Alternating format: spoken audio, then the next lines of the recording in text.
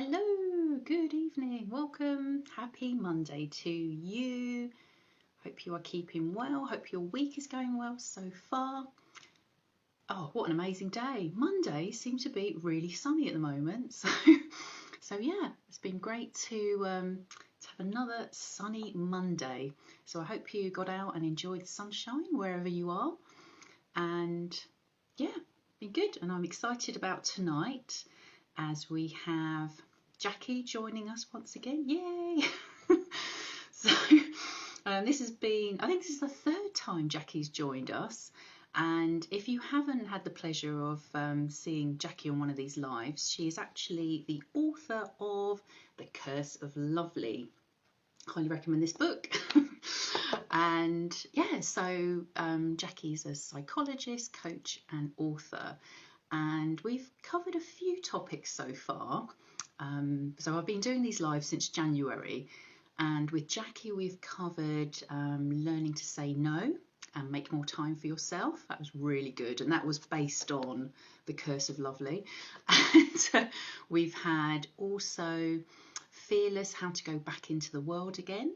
And this was, I thought, really helpful because I remember at the time many people I spoke to were really experiencing anxiety about getting the thought of going back to doing things that we used to do.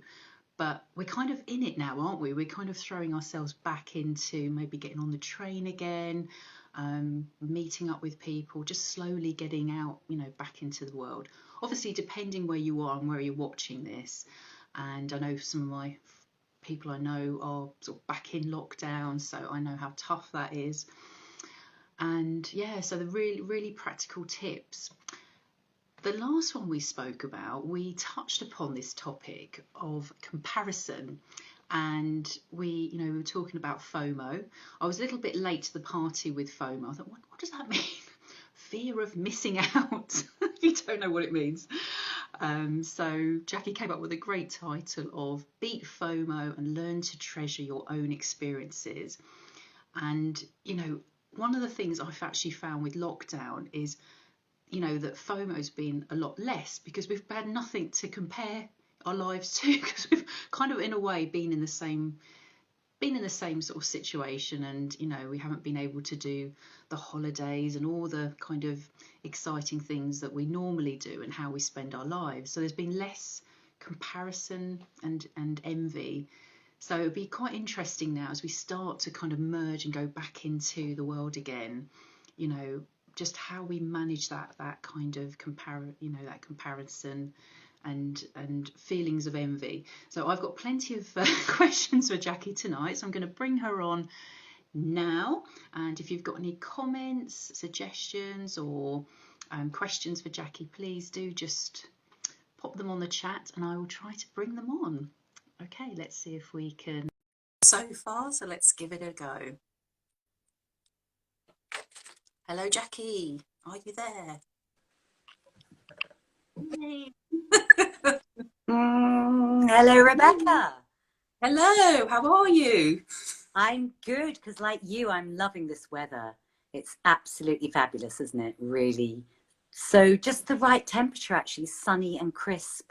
I don't really want it to get any hotter. The sun. I agree with you. Actually, it's it's quite nice kind of manageable temperature where you can go out and do things, and it's amazing what impact the sun has on our mood, and it just is. And I think it's worked out quite well with us starting to go back to a little bit of normality. So double whammy. The sun and a bit of normality. I've never been so happy sitting outside a cafe. It's like, oh my goodness, I've done it twice now, and it was I just absolutely treasured the moments. And I realized, because that's one of the things I've really missed, as you have, I know, are sort of bits of cafe existence. So long may it last. Yes, absolutely. More of these moments, and I think they do feel extra special, don't they? Because we just haven't been able to do them. No. But anyway, right, let's crack on. So FOMO, get to compare and despair.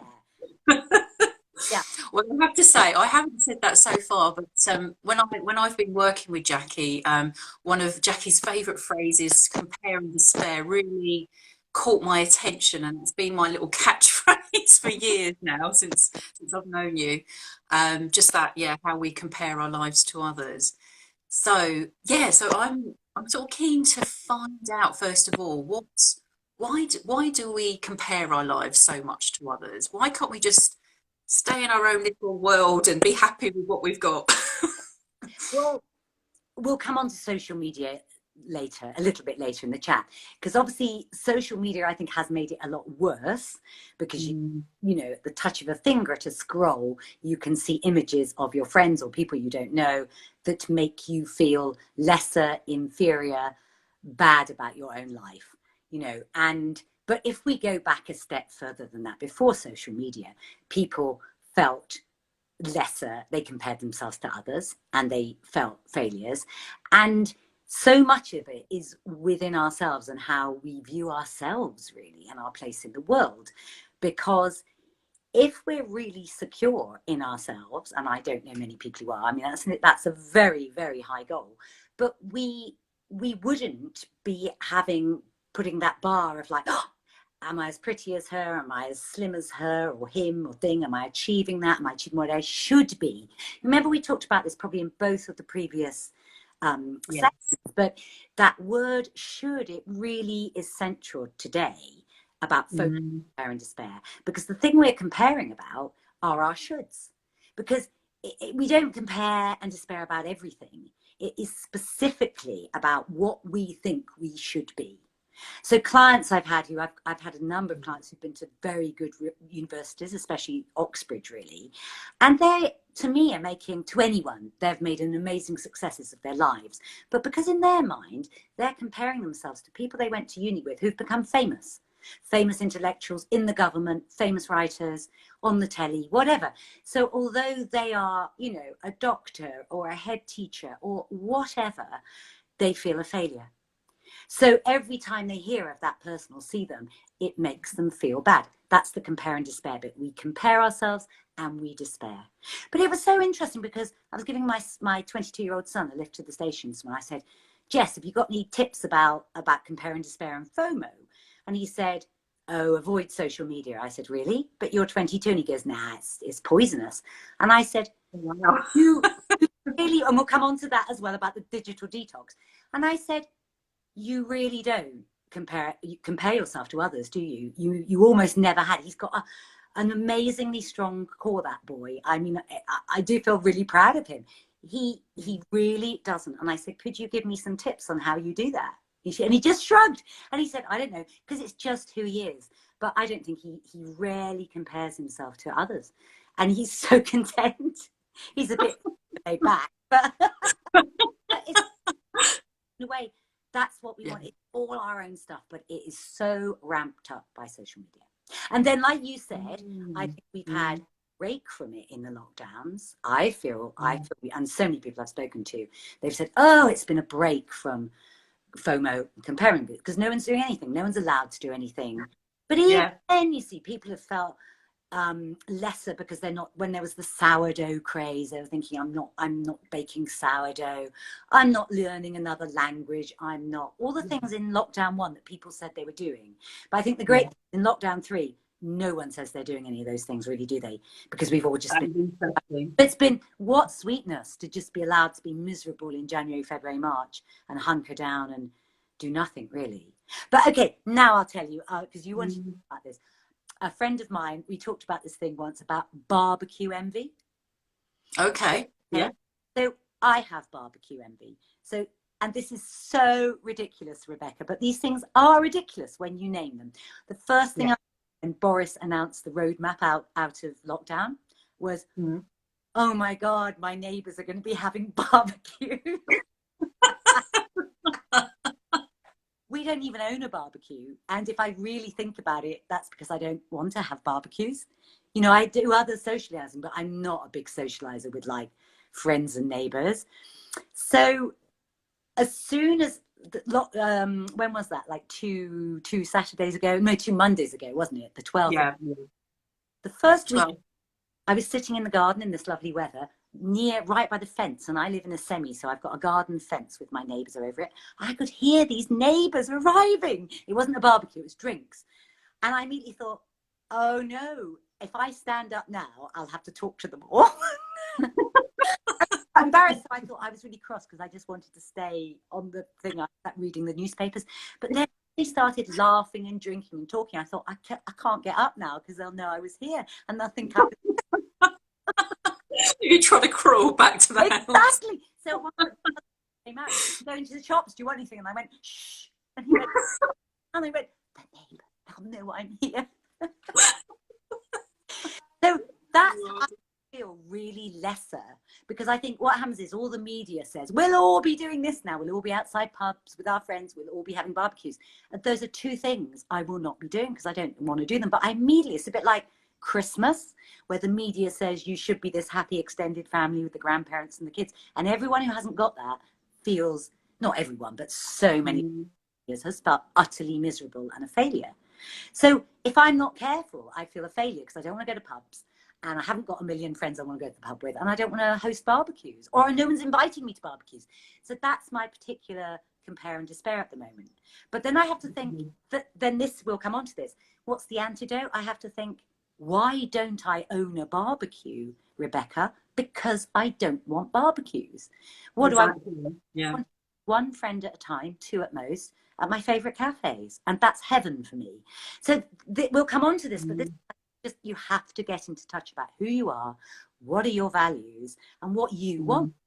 And then you won't feel, well, it will cut your FOMO right down. And it's the antidote to the compare and despair, knowing who you are, what you want, and feeling certain of that.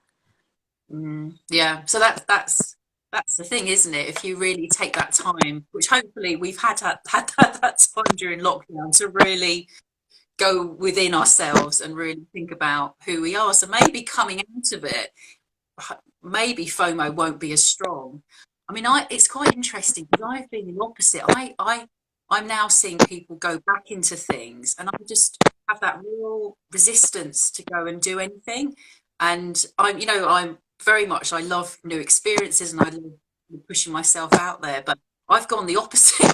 I'm quite happy not to. So I think my compare and despair is like, oh God, all these people are really embracing and meeting up with friends, and I'm doing a little bit, but I personally feel exhausted by doing anything. So I had a trip down to the sea for the day, and I came back, and just even the drive, I haven't driven that far for a while, so it's just all these I agree. so I think it's almost like something completely separate, but it's my compare and despair is actually not wanting to go back so quickly and taking time to do that. But you see, that's so interesting, Rebecca, because of course I would say to you, why then despair? Can I help you reframe in an Instagram live that is who you are, that is what you want, and that's not okay, that's great. It's kind of celebrate who you are.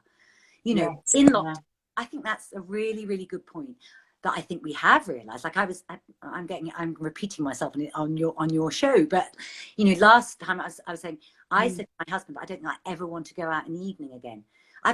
First in my life, I've become an early morning person. I go to bed so early, and I love having supper, watching telly, going to bed early. I don't think I ever want to go.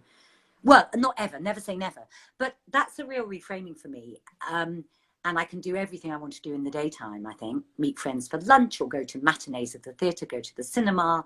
So that's me feeling confident in what I want. And when I start seeing friends going out in the evening, having maybe dinner parties, or parties might be different because I'd like a good dance, but I'll be asleep at night, sleep on the dance. But then I'm reminding myself, you don't want this. You don't want this. Don't be jealous of those people. Because a very good friend of mine, Lotta, who's a therapist from Sweden, she has this wonderful phrase, envy is information. Oh, I remember you telling me this before. Yeah. So envy is not a kind of dark, negative emotion we have to feel guilty and bad about having. envy is information about what we really want. Because if you think about it, we're not jealous of everyone. It's very specific people and things that we think, oh, I wish I could go on that holiday. I wish I had that job. I wish I had that haircut. I wish I had that dress. Now, some of those things we can never have. Maybe I can't retrain to be a brave person, but maybe we could save up for a dress like that dress, or find a cheaper one. Maybe we could save up, even if it took us 5 or 10 years to go on that dream holiday. I mean, we can turn these things that we envy into goals, even so goals, because it's great to have goals. And in that way, it really reframes the envy. So many things. I've started making a list of it. It's very rare, really, that I get triggered by envy of another. But now, because of Lotta, I write it down and think, what about that could I aim to achieve? And often they are quite tiny things. They're like, I want to have more laughs with my husband. How do we do that? Well, maybe we watch more funny programs on the telly.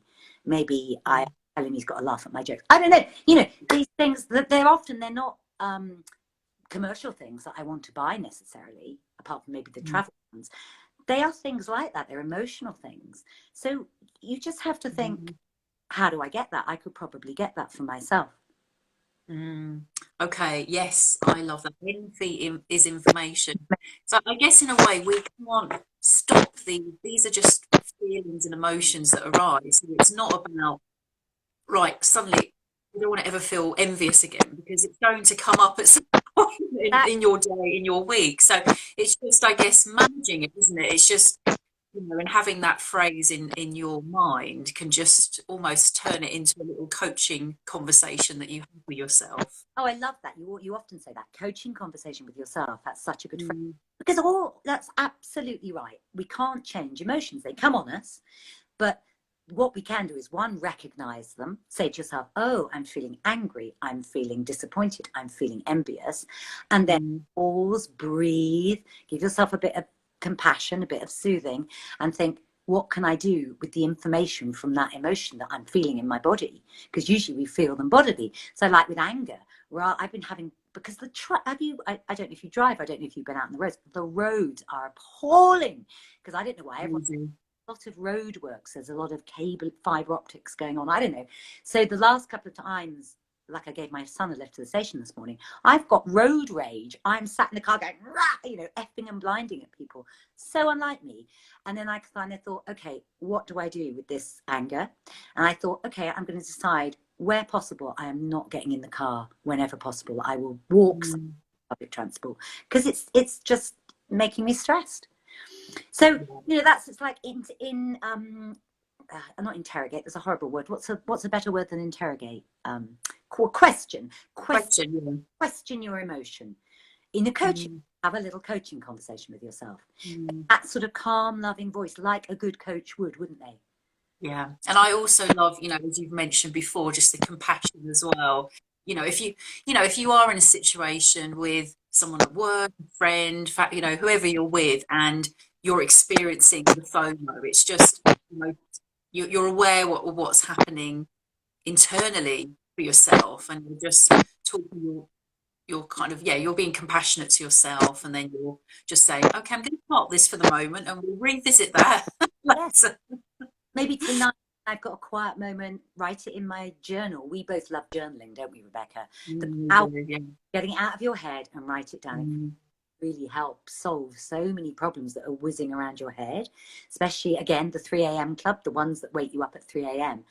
That can be the time. Just write it down, get them out, because you get them out of your head on. And then maybe the next morning, your subconscious has been working on it. You might have a solution, or some solutions, you know, some ideas. But stuck in your head, it can just go round and round and round and get bigger. I love the fact as well, you were saying really most of the things that we experience are really small. So I think just, you know, knowing you can almost take that, identify it, take it, and then make that a goal. Just then suddenly you're kind of doing something with it, and it's almost then training your brain to how you're dealing with envy. And yes, because I thought that envy is a bad thing and we mustn't have it, like one of the 7 deadly sins. But that's not how, because like you said, we can't banish them. And if we shove them down, they just fester inside us and get bigger and then sort of explode. And I was just thinking again about you. I hope you don't mind me saying this, but in some of the work we've done in the past, do you remember, because you were such a big world traveler and you've lived abroad, and then you had Alfie and it's difficult. So we talked about how you could bring the qualities in you that love traveling, i.e. that you're so curious, you like new experiences, you're a great problem solver, into things. And it led to you just like having a Saturday morning in a new bit of London, didn't it? Things like that. But experiencing those same qualities that you like about yourself, that make you feel who you are, but in a much kind of smaller way, or stage appropriate because you're a mother to a small child. Yes, yeah. No, it is. It's kind of reframing what you're experiencing, thinking, how can I have that experience in another way? I think that's been very helpful, especially during lockdown. Just thinking, I love adventure and new experiences, and actually just, like we found a local wood that we explore, and we take different routes every time we walk around it, and that's kept me going for a year. I don't know how long it was for. Absolutely, and I have my equivalents. First time ever, I've walked around streets looking up at the architecture, and that's an endless source of sort of fascination and joy. And that's opened up a whole new world for me that I it's kind of like I never looked up before. Because why would you really? But we got so bored with our daily walk, didn't we? That you new things. But Rebecca, I think we should come on to the digital side of FOMO. Yes, let's talk about that. Yeah. Because that's so massive. It so fuels it that I'm going to give a little plug to my friend's book, which the thing is, when you on the phone, they go backwards, don't they? Can you see that? So that's her book is called Unplugged. Okay. Yes. Yeah. You could maybe put a link to it or something on your Instagram. I don't know how you do that. How to live mindfully in a digital world. And she's called Oriana Fielding. And she wrote it a few years ago, but honestly, I've been rereading it today. It is more pertinent than ever. It really is. It really is. So she kind of, by the end of the book, the chapter is how to have a digital detox. And she does different forms, like the 1 hour digital detox, the kind of 2 days, the 1 week, the blah, blah, blah. And you did one a few years ago, and I wanted you to tell everyone about it because you found it quite transforming. Do you remember? Yeah, well, it's funny actually because I did one at the weekend as well. I sort of realised how difficult it is to actually switch off from technology. But yeah, it is good. I try and do them regularly, and I think just having that break from technology is helpful because you like you say, in a way, you do compare yourself less. I still find though that generally in my kind of 20s and 30s, I had less FOMO than I do now. So I don't know what it's about, but maybe that is because there was no sort of social media at that time. So oh no, sorry, I heard that the wrong way around. You had less then than you had. I had less in that time in my life. Yeah, interesting enough, but yeah. So I think having a digital detox is definitely a way of just switching off and disconnecting. And I know personally I'm very sensitive to other people's energy and I pick up quite a lot. So if I'm too connected to social media and people, I really do need to have that time where I just go into a bit of a bubble and just sort of bring all my energy back inside again. Or just, again, like you talked about going to the woods you've discovered, have some offline experiences. That's what Oriana says in her book. One of the many, many wonderful things she says, experience the analog world, or do some writing by hand, phone some friends, go and meet people. Face. I mean, you don't have to be as extreme as actually switch your phone off, because that these days feels like really cold turkey for people. Someone I just read in the Standard this evening, he said he lost his phone for 36 hours and it felt like someone had amputated his hand, and he kept doing that with his thumb in the air because like he was screaming in thin air. It was that Judge Rob Ryder, his column in the Standard. Anyway, he said that. But I remember what you did. You just came off of social media for either a week or a month. Do you remember that? And you yes, yeah. Sorry, yeah. Friends, you made sure you met people in real life, but I think you didn't come off them permanently, but didn't you? Is that what you did? Yes, no, you're right. So I did a month. I had a complete break for a month. So that was really all the kind of LinkedIn, Facebook, Instagram, all of the different platforms. And yeah, I have to say it did force or encourage me to, connect with people in a different way, by picking up the phone more, writing letters. So it was really kind of back to basics, which I think felt really yeah, it was just yeah, and there was just less caring and worrying about what everyone else did. And I think I did find during the time that I focused on having vision. I've got my vision board and Oh, yeah. and got my goals together. And I think it gave that headspace just to really focus on my own life rather than what everyone else was Yes, doing. yes, So because I think that's we do that take was much time and energy thinking what all the others are doing that we don't focus on our own life, our own goals. So doing that, like making a vision board, which is such fun, isn't it? Getting the images and sticking them up. I've just got a new whiteboard with new magnets and I'm having such fun with it. It's such a yeah. but I also think I used to think it was silly, like that book The Secret about manifestation, but it's come back in a big way apparently with the millennials or generation X or Y or something. But it's back in fashion. But I do believe, and I think you believe too, when you put the energy out there, if you can't visualize something, you can't have it in your life. Like even like tonight, Yeah. spaghetti, if you can't see the end dish in your mind, it's quite hard to get all the ingredients together and cook it. So that's just a really basic example. But if we want a certain job, to live a certain way, have certain things in our lives, I think it really helps to find the images and stick them on a board in Definitely. see them, because then I don't know if it's energetic or just something in your brain, or who knows about them, how this manifestation thing works. I don't think it's like I want a Rolls Royce and it will turn up outside your door. That I don't believe that. But there is about focusing, because everybody wants different things. It's not that we all want the same. So what you will put on your mood board will be very different probably to what I put on mine. And that's very powerful. But again, I don't want to embarrass you in any way, Rebecca. But what I remember you saying, or what I was talking about, I about it less better, which is again my little sayings. So you decided you were feeling a bit kind of lonely, even though you had hundreds of friends on Facebook. And so I said, try and get deeper, less people, but with a deeper connection. And that's what you found. It made it a lot better. You went deeper into those old friendships, the people you really liked. Yeah. And it was quite, I remember it was quite transforming for you. And I think I feel like that. I've read a lot of that.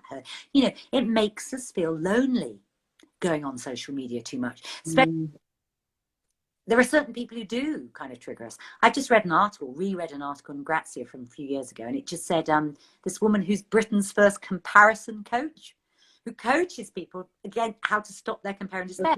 So she says, step number 1, unfollow all the people who make you feel bad about yourself.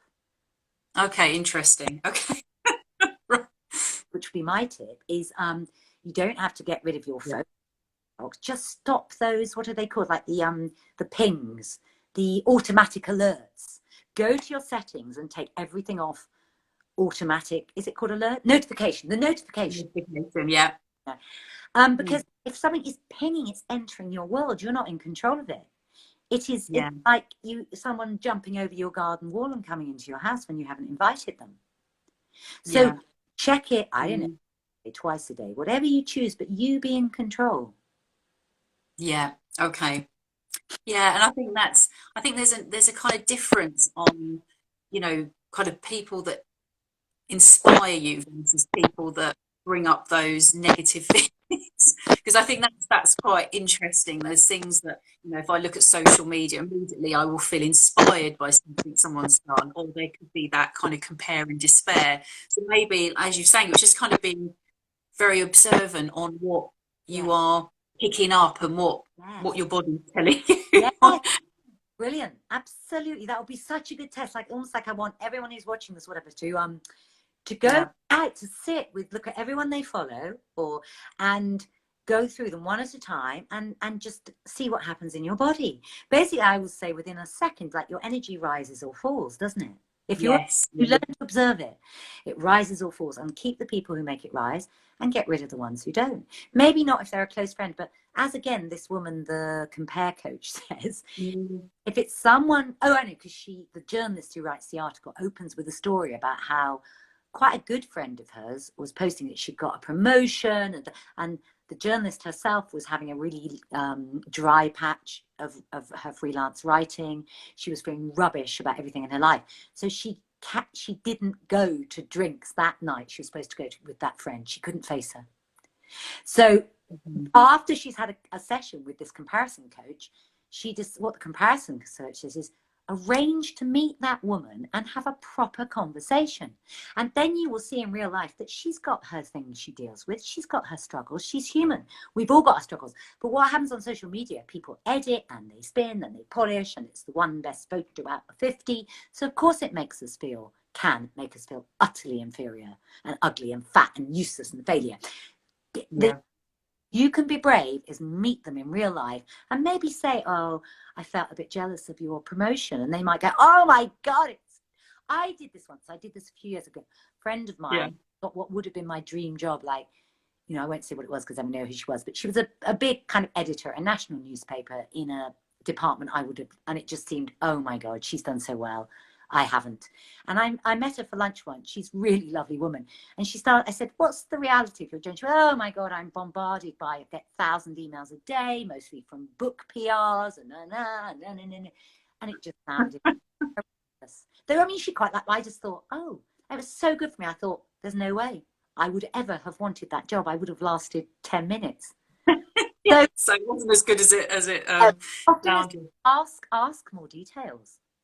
Yeah. And a good friend will be honest with you, and that will be really helpful. But it's not going to happen on social media because people are spinning. They're not really telling the truth. Some more people are now, but I mean, you try to do that, don't you? We're all aiming to do that, but it's still spin city, isn't it, really? Yeah. I think it is just limiting the amount of time and energy you put into it. I know I was having this conversation recently and was recommended that you can set a limit on your phone on how long you spend on your apps. Right. You can set it for an hour a day, for example. So, you know, that way then you can, once that hour's up, you can't use it anymore. That's really so good. I think there's ways of managing it, and it's just not spending your life on there if you're finding your energy is sapping so easily. But I was going to ask, because I know the one thing I admire about you, Jacqui, is that you don't, you know, I think before Instagram, you don't use social media, do you? So, because I know for years I've been saying, aren't you on something? How can I follow you? And you were like, nope, I don't use it. So well, I admire that. It's like so many things in my life. It's like, let's say, history catches up and then I can feel a little bit smug. So really, the reason, Rebecca, that I'm not on Instagram, because I'm a technophobe. You know, I am not a digital native and I'm scared of it all. So that's the reason I didn't do any. And then now with the digital detox stuff, I feel like, oh, it would have been so bad for my mental health. It would, because I've got a tendency towards anxiety and pleasing, and as you know all my stuff. And also I would have got addicted because I'm, you know, I would have got addicted to the likes, and it would have made me feel, oh, 20 people, oh, why have only 10 like this one? It would have been so bad for me. I've only now gone on Instagram because of you doing it, but now I think I'm quite enjoying it, and I will try and build it up around in a professional way around this book I'm writing now. So I can see you can choose to use it in positive ways, of course. But also a funny one is that I hate laundry. I'm a real laundry slob. But now so smug. I'm like, oh, I only do laundry once a fortnight. Good for you. Can we swap home? Yeah. Well, I've got 2 boys, but they've left home now. But when my little one was 10, I handed over their laundry. I said, you can start doing your own laundry now. And many people think that's that's what they admire most about me as a mother. They go, oh, I can't believe you got your boys to do their own laundry. But it was so when they left home, they would know how to cook. I got them to we had a cooking rota, and they did their own laundry. Because what is laundry? You stick it in, you push a button. But I know mothers who are still doing their kids' laundry and the kids are 30. It's ridiculous. But how hard boys and girls, so that when they leave home, they can be competent. You know, you're not doing them any favors thinking that is your parental love. You're showing love by listening to them and being compassionate and, you know, maybe being fun sometimes, but not by doing all the laundry and cooking. Thank you very much. Save me an hour a week. I also eat iron. Oh, I just missed that. Sorry, Jacqui. I'd never buy anything that needs ironing, and I've never owned an iron. Okay, right. Well, we need to have a separate conversation about that. Okay, so I'm getting more out of tonight than I realised. So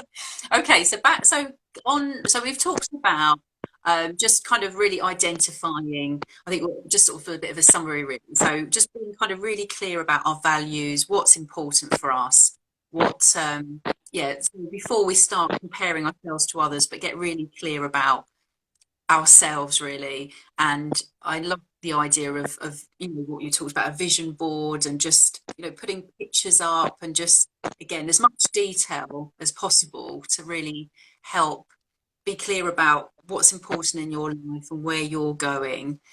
And then I loved this sort of idea of coaching yourself. So envy is information. So when we're in a situation and, you know, we're picking up these feelings that, you know, are starting to, you know, get our heart racing, and we're feeling that sense of envy and resentment, you know, how we can just maybe coach ourselves, give ourselves some compassion at those moments, and how we can, you know, just, you know, create little goals around any sort of comparisons that we feel.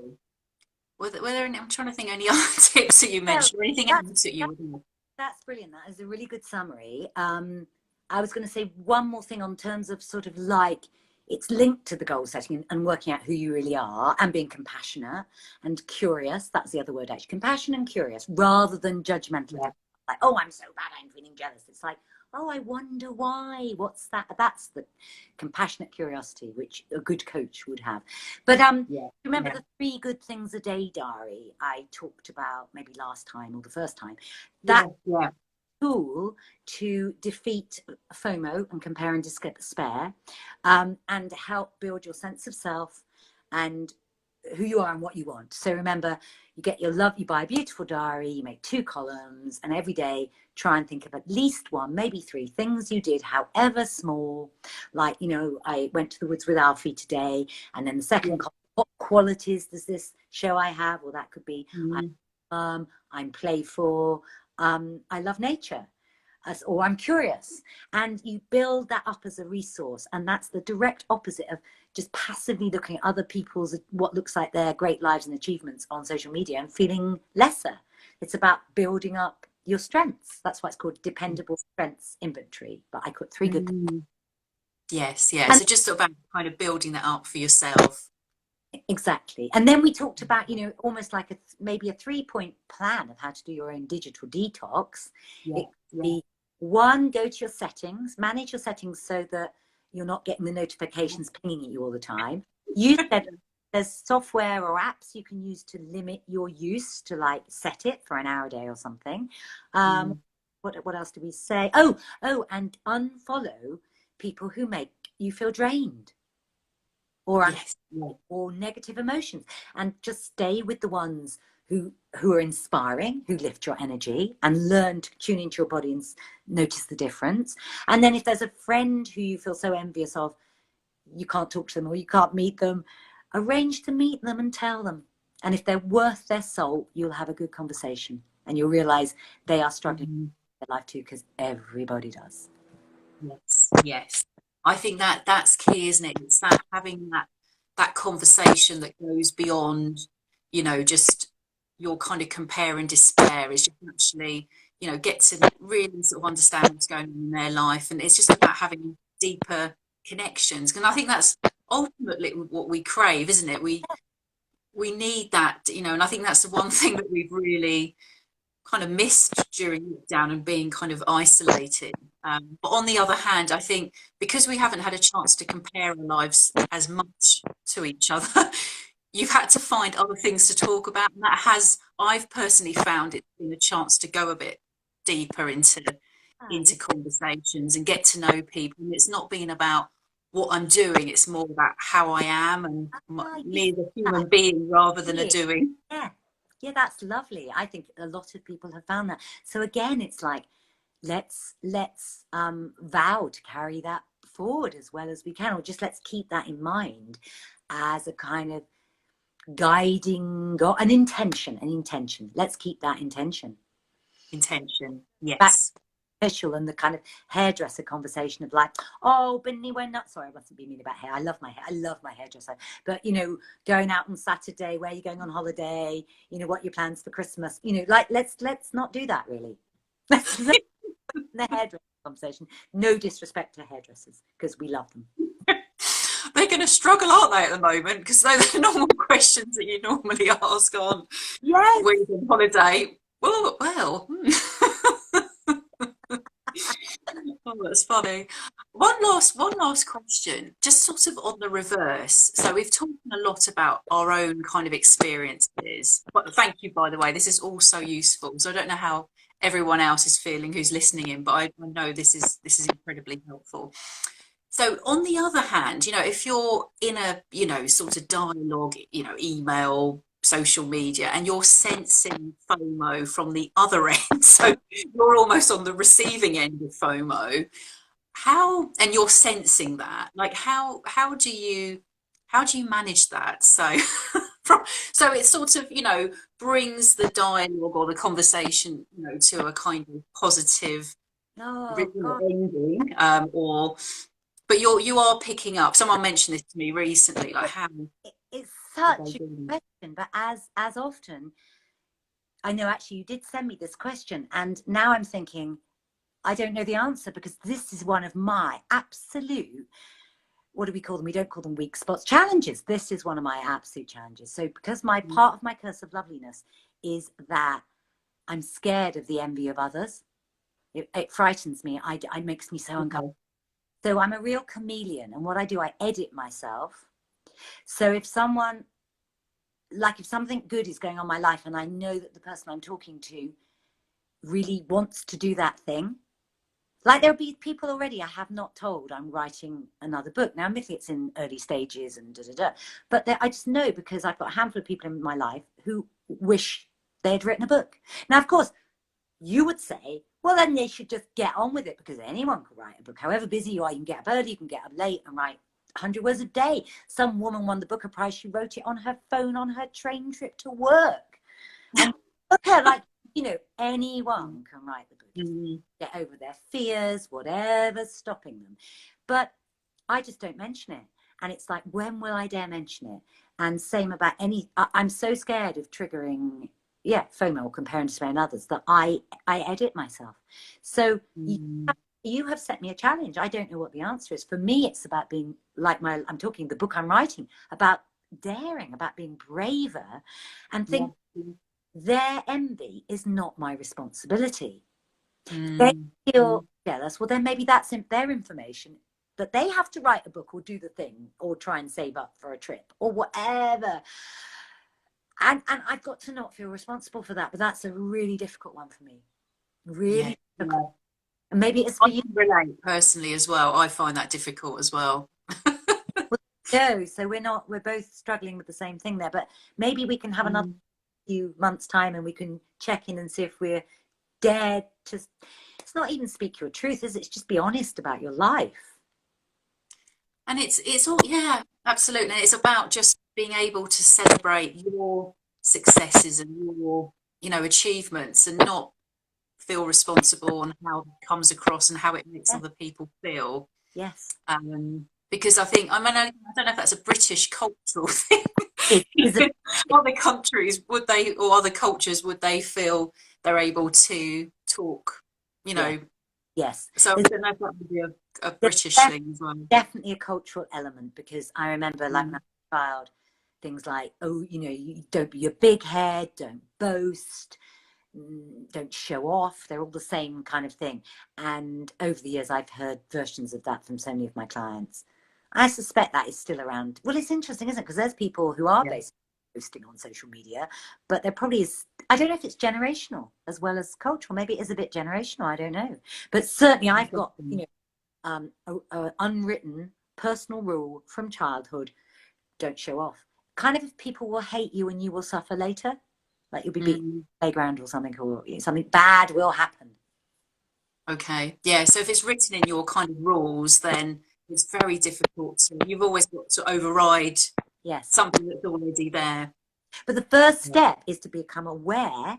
Like, you remember, I dig them up like an archaeologist. What are my hidden rules? Because we all have loads of them, and we're only half aware of them. Then you can choose. Do I still choose to live by this rule? And often they're rules from childhood. So do I still choose to live by the fact that I mustn't make anyone envious of me, otherwise I'm going to die or be beat? Or that's ridiculous, because the people who really care about me will be pleased for my successes or the good things that come my way or whatever, because they know of suffering, or the ones who know and love me do.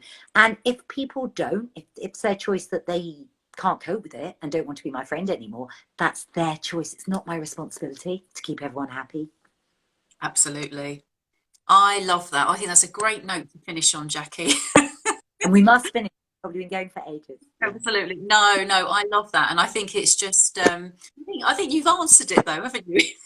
We said, oh, what would be a good strategy? But I think, like what you were saying, just becoming aware of it to start with, and knowing that that is something that's in your makeup, and how you can almost overcome it. So I think we have plenty to be getting on with. We're going to go out in the world again. We are going to compare and congratulate. Not comparing and despairing anymore. We're comparing and congratulating. And work towards our own goals. And also don't go back at your own pace. Don't compare your pace with anyone else. We all got to go at our own pace. Absolutely. That's so important. Yeah, it's not a race. We're not in a race, are we? No race. No race. And I just wanted to add, Jacqui, I've got, so as your friend, Human Organisation, thanks for the book mention, really appreciate it. So this was her book, Unplugged. So I'll mention that in the link as well. So if anyone's interested. You can get it on Amazon. Really, really good. It's so good. I really recommend it. Okay, wonderful. Okay, well, we will make sure that we mention that, and and we'll all go and have a little bit of unplugging and reconnect. I mean, this is the perfect time, isn't it? We can go back and reconnect. We've got more opportunities to meet up with each other and just enjoy that kind of face to face and that time together. And absolutely, realize how precious it is. Yeah, absolutely. Well, thank you so much for joining us. Thank you for sharing all your wisdom and tips and ideas. We've got plenty to be getting on with. And we'll have to think of another topic for a few weeks' time. I've got loads, Rebecca, loads of topics. Well, life's moving on quite quickly at the moment. Things are changing, so I'm sure there's going to be things that we'll be looking for help and support on. But thank you so much for your time and giving up your Monday evening. Thank you, Rebecca. Yeah. Go and enjoy the garden and say hi to the neighbours for us. And I never had a barbecue in my life. Exactly. I won't ask you how your barbecues are going. Well, thank you so much, and thank you to everyone that's joined as well. Hope you've enjoyed, and and we will see you again soon. Happy Monday. Have a great evening. Thanks, Jacqui. Thanks, everyone. Bye, Rebecca. Bye.